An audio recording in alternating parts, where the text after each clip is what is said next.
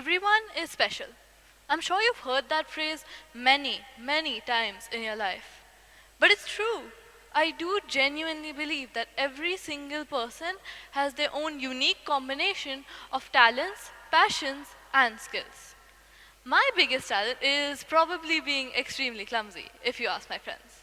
But really, how many times have you heard someone say that their mother or grandmother is the best cook in the world? Let's take that a level higher. By a show of hands, how many of you guys here think Michael Phelps is the best swimmer in the world? Seems like a few of you do. It doesn't matter if you do really, because if not him, maybe somebody else. But can anyone really claim to be the best swimmer in the world when there are millions, maybe even billions of people who don't even have access to clean drinking water, much less a swimming pool? There are a lot of talented and special people out there, but most don't have a chance to explore their abilities or hone their talents. Because when their basic human needs aren't being met, how can we expect them to be open to learning and education? Imagine how many problems could have been solved by now if there were more people who had the opportunities and the tools that education provides working on the world's most pressing problems. Eradicate poverty, solve inequality, and create opportunity. You're probably gearing up for another speech that tugs at your heartstrings and urges you to do something about all the problems in the world. This is not quite that speech. This is not just about the problem, this is about the solution. This is about the fact that there are 8 billion people in the world and billions of them are living in multidimensional poverty. This is also about the fact that 8 billion people represents a unique opportunity like no other. This is about the fact that the world runs on greed, capitalistic greed to be specific. But this is also about the fact that greed, just like any other force, is a strong, motivating force and can be used to do good. So let's look at a country. Country A, for example. Country A has one of the lowest GDP per capita incomes in the world. Imagine living on a budget of less than 4 dirhams a day. That's more than what most of country A's people make. Country A also has free education. I know it sounds hard to believe, but it's the truth for a multitude of countries around the world today. Country A has free education in English from primary to high school level. But there's a less than 10% enrollment rate for students who are eligible for secondary school.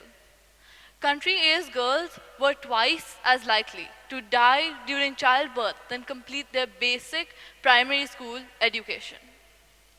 The problem is not the culture or the quality of education.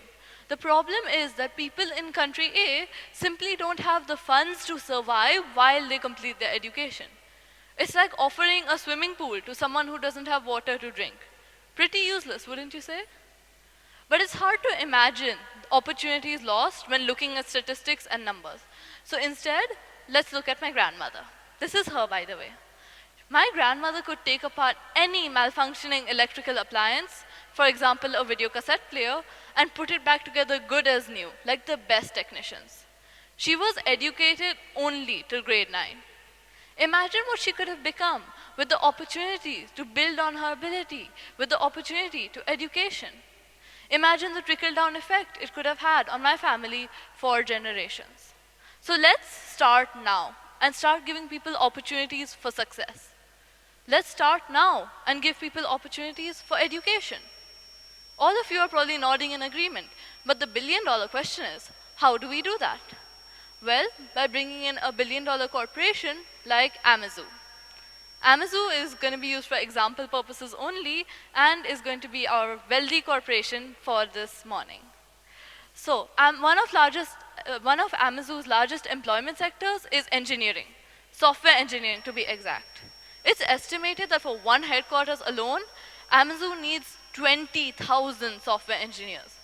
Considering there's already a US deficit of over 900,000, this is going to be a hard spot to fill. So if Amazon needs software engineers, why don't they make their own? So on one hand, we have a large, talented labor force from across the world, In countries like country A, for instance, who have basic literacy skills in English, plus other skills from the free primary and secondary education, but no opportunity or incentive to learn the university level skills they need to make a difference in the world. On the other hand, we have a large deficit in skilled workers in various fields, and wealthy corporations who need those workers and have the money to do something about it. So what if Amazon creates a course, an online certified software engineering degree?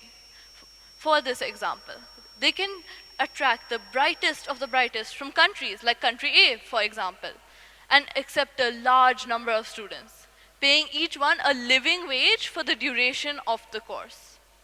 Remember when we said that country A's people couldn't utilize the education that was offered to them because they didn't have the funds to fulfill their basic human needs?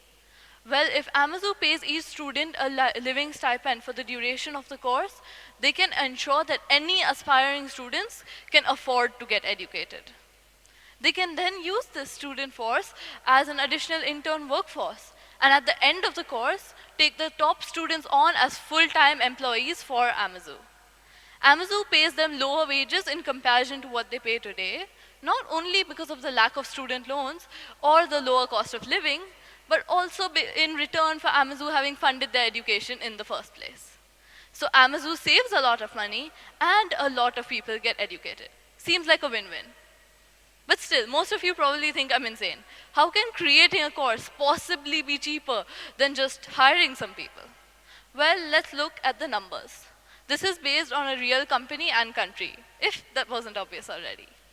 So at its current hiring practices, at the current salary rates, and assuming they need 20,000 software engineers for 3 years, Amazon spends $7.5 billion on salaries.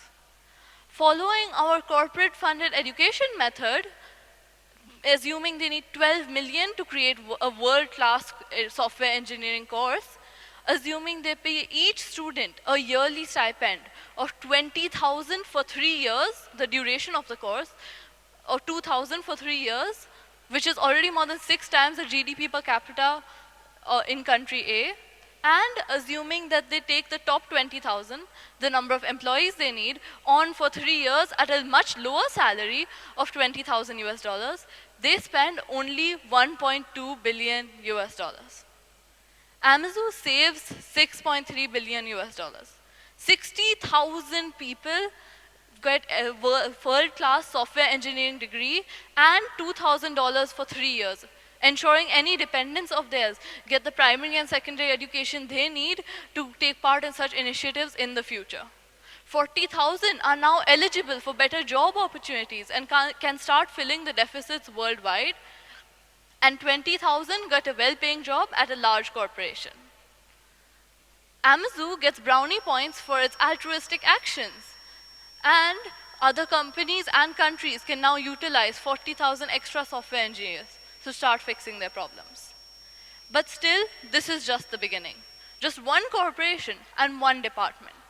If Amazon expands this to their other departments, project management, graphic design, and if other corporations do the same, hundreds of thousands of people will get education in a wide variety of topics, creating better lives for their families and their communities. Remember when I said there were 8 billion people in the world? That's a lot of brain power. Sure, AI might be cool, but nothing holds a candle to the brains that created AI in the first place. When 8 billion people get educated, the world's problems can be solved with the power of education. Higher education is a privilege. Let's make it a fundamental right. Thank you.